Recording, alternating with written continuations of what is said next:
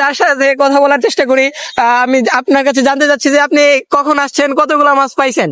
আমি 1 ঘন্টার সময় দিলাম, মাছ মাত্র 3 কেজির মতন পেয়েছি। 3 কেজির মতো? কি মাছ পাওয়া যাচ্ছে এখানে? সরপুটি মাছ, সরপুটি। সরপুটি? হ্যাঁ।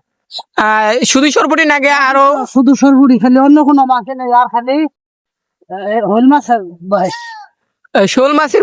বিলের মাঝে ধান রোপণের জন্য হাল চাষ করা হচ্ছে, সেখানে সকলে সংঘবদ্ধভাবে মাছ ধরার এই উৎসবে অংশগ্রহণ করছে। গ্রামের পাচ্ছি একজনে খুব হাসি নিয়ে মাছ ধরছে।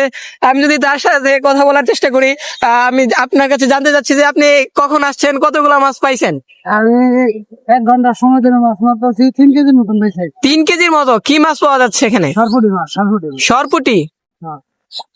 শুধু সরপুটি নাকি আরো? শুধু সরপুটি, খালি অন্য কোনো মাছ নেই। আর খালি হইল মাছ আর বাইশ। শোল মাছের ভাইস? হ্যাঁ। শোল মাছের পোনা যেটাকে বলে গ্রামের ভাষায়, যেটাকে শোল মাছের বাইশ বলা হয়। যাই হোক, আমি আপনাদেরকে দেখানোর চেষ্টা করছি যে ছোট বালক থেকে একদম 60 ঊর্ধ্ব ব্যক্তিরাও এই মাছ ধরার প্রতি উৎসবে অংশগ্রহণ করছে। গ্রামের মানুষ যে আনন্দ প্রিয়, তার এটা একটা নজির। এখানে কিন্তু তরুণরাও আছে, যে একজন তরুণকে দেখা যাচ্ছে, তিনি কিন্তু চমৎকার ভাবে চাবি নিয়ে মাছ ধরছে। আপনারা দেখতে পাচ্ছেন সকলেই একদম উৎসব যেটাকে উদযাপন করছে, এই উদযাপনের মতো করে মাছ ধরছে। এখানে কিন্তু প্রচুর মাছ পাচ্ছে তারা, তাই এভাবে তারা মাছ ধরছে। একজনের সাথে আমি কথা বললাম, তিনি কিন্তু 3 কেজির মতো মাছ অলরেডি ধরে ফেলেছে।